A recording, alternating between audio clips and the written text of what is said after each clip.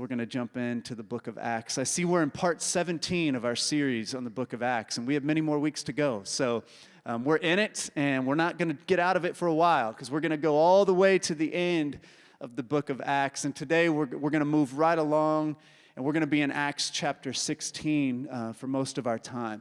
Last week, I'll remind you, Dustin and Logan came up here and did like a tag team sermon, which was really cool. I went back and listened to that, and so it was really neat to hear. Well, actually, I saw it on Monday night. I didn't go back and listen to it. I saw it in person. My mind's not working very well. But I saw them preach it on Monday night, and it was really just profound, the ways that they were able to bring this text about this council in Jerusalem where the leaders of the church were trying to hash out how they were going to be this diverse multitude of people, of both Jews and Gentiles. Were they going to make all the Gentiles become Jewish before they became Christians? And they were wrestling through all of this and learned how to make compromises and work together and move forward together. And so we're going to continue on after that story here in just a moment. I want to remind you all of something that happened all the way back in Acts chapter 2. So Pentecost happened in Acts chapter 2, and Pentecost was that moment when they received the gift of the Holy Spirit, and it came down on the believers that were there in Jerusalem, and they started speaking in other languages, yet everybody understood one another. And what ended up happening, this diverse group of people that were in Jerusalem on that day were brought together into intimate community with one another, even though they were so different for one another. And I want to read to you how Luke describes what happened after Pentecost. This is what they started to do in their daily and weekly rhythm to their life. It says, starting in verse 42 in Acts 2, it says that they devoted themselves to the apostles' teaching, to fellowship, to the breaking of bread, and to prayer. Everyone was filled with awe at the many wonders and signs performed by the apostles. All the believers were together, and they had everything in common. They sold property and possessions to give to anyone who had need. Every day they continued to meet together in the temple courts. Every day. They broke bread in their homes, and they ate together with glad and sincere hearts, praising God and enjoying the favor of all the people. And the Lord added to their number daily those who were being saved. This is one of my favorite texts in the whole Bible. Every time I read these words, I like almost get chills. Like even just reading it right now to you all, like I still just feel so inspired and excited about the possibility of that kind of shared life with other people. Like I read that, I'm like, this is what we all want, right? Isn't this what we want in our lives? That we want like a group of people that we can share life together with. People who have our backs. People who actually like us and want to spend time with us. You know, one reason I think I feel so drawn to this kind of community is because what we have, kind of the normal way of living in our society right now, is almost the opposite of what I just read in Acts chapter 2. If someone... I wrote up my own version of this for today's American Christians. If you were going to describe the predominant way of Christians in America right now in 2024, it would sound more like this. And this is taken from the book of The Inactions of the American Christians. I made that up, by the way. But here's what I see, and this is speaking to me as well. And it's a little intense, but I think it's true. They devote themselves to making money and maintaining their image, to doing as much as possible, as quickly as possible, and to mind-numbing activities that help them ignore their own pain and the pain of others. Everyone is filled with dread, and they rarely see God's work in the world. All the believers barely see each other and share their time and possessions sparingly. They sell homes for profit in order to buy bigger homes with more rooms than they need. When they give to their faith communities, it's often the leftovers that remain after they've spent so much on themselves. They rarely meet together. They all share meals in their own homes, often in front of screens without speaking. They're very busy, so they often forget to thank God for the blessings in their lives. Their communities continue to shrink because people find little reason to attend their churches. I don't know if that feels true to you all, but this is what I often see. And this is what I often lament in my own life and what I see in the life of church, is that we often see this ideal, we see this thing in Acts chapter 2 that we want to live into. Yet we try so hard and we fail so often to actually have that kind of shared life together. You know, I imagine most of us have a sense inside of us that there must be a better way, that what we're doing isn't really working for us, and that the Spirit is leading us to something else, a different way of living in this world. Do y'all agree with me that you feel like the Spirit's leading us to something else? You know, one thing I love about the book of Acts is that we never really see anybody in Acts do anything alone. They are almost always with somebody else. As they travel and do ministry, when they get thrown in jail, when they pray, when they worship, when they eat together, they're working together in teams, collaborating and partnering in the work. You know, as we've read through Acts, we've been asking the question over and over again, what is the Spirit of God doing in this particular chapter in Acts? And then wondering, what is the Spirit calling us to do today? Well, if we read through the whole book of Acts, we see that the Spirit is consistently working through communities and groups of people, not through isolated individuals. As we move into a new section of Acts, this guy named Paul, who also goes by Saul, is going to become the primary character in the story. Paul gets into some wild situations. Paul, he shows a lot of courage, a lot of power. It's a lot about his travels and all the things he gets into. And it's tempting, as we read through this part of Acts, to view Paul as this kind of like superhero guy, you know, who's just taking on the world all by himself. And that's how we often think about Paul. And we're like, I want to be like Paul, this, you know, man's man who's going out into the world and doing all the things all by myself. But the reality is that's not true at all about Paul. One thing I love about Paul is that he loved to work with other people.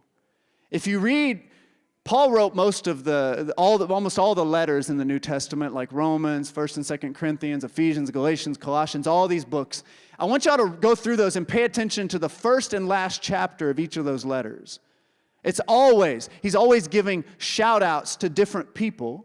He's listing all these names of these folks that have worked with him and supported him and been there with him through all the different things that he's experienced. And as you look through Acts, you're going to see Paul almost always has a partner, at least one person working with him, doing his ministry alongside him. It seems like Paul often even worked with a larger group of people, working with others to start these Christian communities, inviting everybody and as many people as possible to join the family of God. You know, one reason I think that, you read Acts and you're like, man, how were they able to endure all that suffering? Like in Acts chapter 16, we're not going to get into it today, but they get arrested again. We've talked about the prison is all over Acts. You can't ignore it. It's everywhere. They're getting thrown in jail many times. They're tortured. They're hurt while they're in prison. Yet they continue to face these things with courage. And one reason I think they're able to endure these hardships, the riots, the beatings, the imprisonments, the shipwrecks, the hate they receive, it's because they were not doing it by themselves. They had each other. They didn't go through it alone. You know, I think one reason our world today feels so daunting and scary and overwhelming is because we're so isolated. And we think like, well, if things get really bad, I'm going to be all by myself and nobody's going to be there for me. We think we have to go through it alone. We think we have to face this brutal world by ourselves. And I wonder if the Spirit could use this moment of crisis in our nation to draw us away from individualism into more shared life together. And I've felt that spark internally, and I hope that many of you all have felt that as well as we've been going through Acts. You know, a few weeks ago, I was almost overcome with like dread. Have you ever felt like this before? Where you're just like, what are we gonna do? Like things are not okay. You know, and I can get in that headspace on a regular basis. That's just my personality. But I started to kind of fear for the worst for our nation. The violence and division and hatred just seem to boil over more often than ever, right? In very scary ways. I shared in church last month just that I think we're going to need each other. In these upcoming months and years, we're going to really actually need each other. And my concern, though, is that when we really do need each other, that we're not going to really know how to show up for each other. Because we're so out of practice when it comes to community.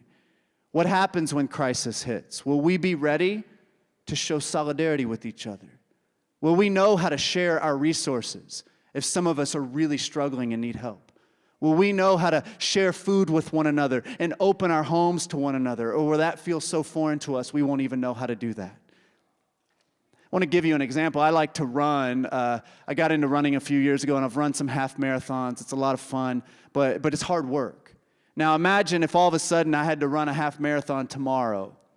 I would break down. I would get hurt, and it would not be good, because I'm not in that kind of condition right now. I have to train to be ready to do these things. Now, my wondering is, I wonder what makes us think that we will be ready to care for each other when times get hard if we've not spent time practicing community together in our daily and weekly rhythms that we have here in our community. You know, I was lamenting with a friend recently, and we were talking about how it took like 3 months for us to find a time just to get our two families together and have a meal. Like, it took way too long. We literally live in the same neighborhood. We can walk to each other's houses from our homes. Why can't we share life together more often? From the beginnings of our Christian faith, at the root of it, at the beginning, community and togetherness and shared life was not just an ideal, it was something that was woven into their daily and weekly rhythms. It's how they lived with one another. After the Jerusalem Council that Dustin and Logan talked about last week, Paul ended up parting ways with Barnabas. They had kind of a hard kind of friend ministry breakup where they had to kind of move separate ways over a disagreement. Paul ends up joining up with Silas and Timothy, and they move in a new direction. Paul received a vision from this Macedonian. He had a vision where this Macedonian man was pleading for help. And so Paul was so in tune with the Spirit that Paul had a vision, saw a man from Macedonia needing help. And so he's like, well, we're going there because somebody there needs my help. And so Paul and his friends end up heading to Macedonia to share the gospel. And on his way, he stopped in a town called Philippi. Now, I want to read the text for you about what happened when he was there, one of the things that happened. On the Sabbath, we went outside the city gate to the river. And I want to point out something for you Bible nerds out there. Do you notice that the pronouns have shifted to we in this verse? Because it was that Luke's kind of telling this story and talking about all the things Paul did, and he's talking about them. But all of a sudden now he's using the first person plural like he's a part of this. And it's interesting because people who study this are like, who's the we? Why is he always saying we? Like, was Luke there? And so some people believe maybe the writer of Acts actually went with Paul and Silas and these folks on these journeys. Just more signs that there was a community of people around Paul that were going to these places. So on the Sabbath, we went outside the city gate to the river where we expected to find a place of prayer. We sat down and began to speak to the women who had gathered there. One of those listening was a woman from the city of Thyatira named Lydia, a dealer in purple cloth. She was a worshiper of God. The Lord opened her heart to respond to Paul's message. When she and the members of her household were baptized, she invited us into her home. If you consider me a believer in the Lord, she said, come and stay at my house. And she persuaded us. Paul and his companions went down to the river looking for a place of prayer. Maybe they heard a rumor that there were people who gathered by the river for prayer. Maybe there was kind of some grassroots synagogue down there where people were gathering on a daily basis to pray with one another. But they went down to the river to pray, and maybe Paul thought he was going to find a Macedonian man, but he found a group of women who were there praying. And he encountered them, and he saw that these folks had a passion for God, and he started talking to them about Jesus and the gospel. And one of the women in particular, Lydia, received Paul's message and gave her life to Jesus. She then shared the gospel with her entire household, and all of them were baptized. After giving her life to Jesus, her changed heart resulted in a transformed life.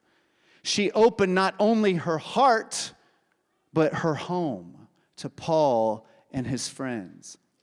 You know, Lydia was likely a wealthy woman. It seems she had a household that she was in charge of. She was dealing in purple cloth, which was an expensive cloth, so probably making a decent amount of money. After giving her life to Jesus, it's so beautiful and radical what she did. She laid her possessions, her status, her power at the feet of the community, sharing what she had with her new family of Jesus followers.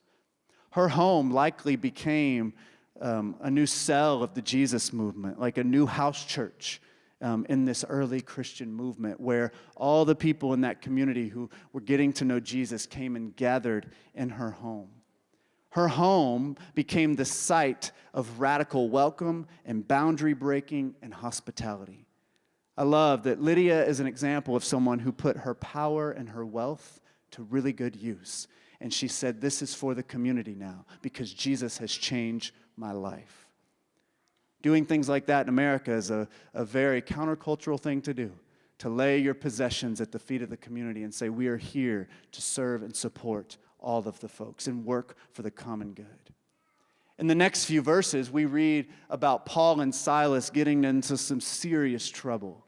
And it gets more heightened, the violence, but they end up getting into a lot of trouble. We may look into this story next week, but you should read through it. It's really difficult even to read if you put yourself in this story. But they become the victims of mob violence, even torture, and wrongful imprisonment.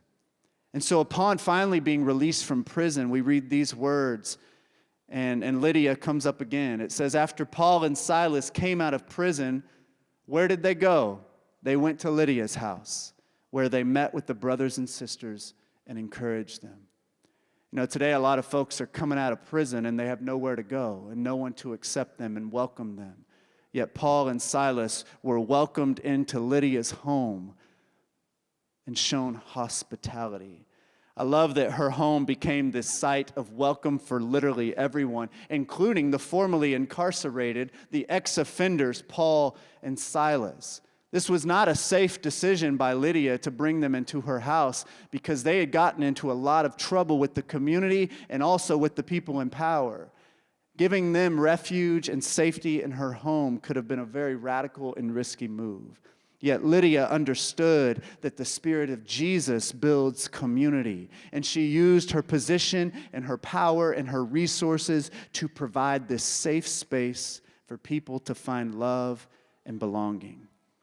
This was a pattern in the early church. Read through Acts and you will see it, a recurring theme. People give their lives to Jesus, and they open their lives and their homes to the community, sharing daily and weekly rhythms of life with other people. You know, I have some friends connected to our church who remind me of Lydia. They built this wonderful home right outside of Lexington on a few acres, and they built it because they had a reason in building this house. They put in a basketball court, they have a pool, they have a garden, and they built the house because they had a dream of having this property to use it to bless other people and provide hospitality and refuge and welcome to people who need it. And that's exactly what they are doing. Their house has become a regular hangout site for many teenagers all across the city who need a safe and loving place to belong. Multiple times a year, they've invited the Embrace Youth Group to pool parties and cookouts at their house. They host worship gatherings and Bible studies. They even open their home to travelers who are passing through who need a place to stay. For them, following Jesus means sharing life with others, and they practice it weekly, working out those community muscles that they need to work out. And I had the thought, like, man, if things get really bad, I'm going to call them. because I think they know how to show hospitality. They would have no problem welcoming me and my whole family into their house if needed, because they are the kind of people who are working those community muscles on a regular basis, learning how to practice community and hospitality and welcome to others. You know, one hard thing about my life here and my job and my wife's work here is that we've just walked with people for a long time. And lately we've been to a lot of funerals, memorial services. I know many of you all have as well.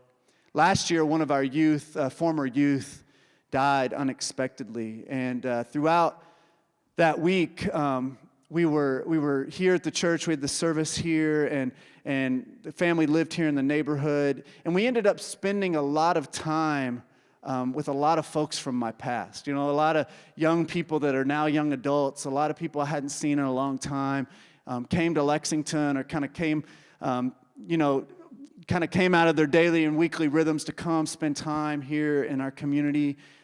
Because this is often what happens, right? When people pass away, we often get together because we need each other. This family in particular is a Congolese family, and when somebody dies in a Congolese family, like from my experience, it's not like you have one service. It's like a week or two long thing where people come move into your house with you, and they're there with you, and they sit with you, they cry with you, they laugh with you, they celebrate with you.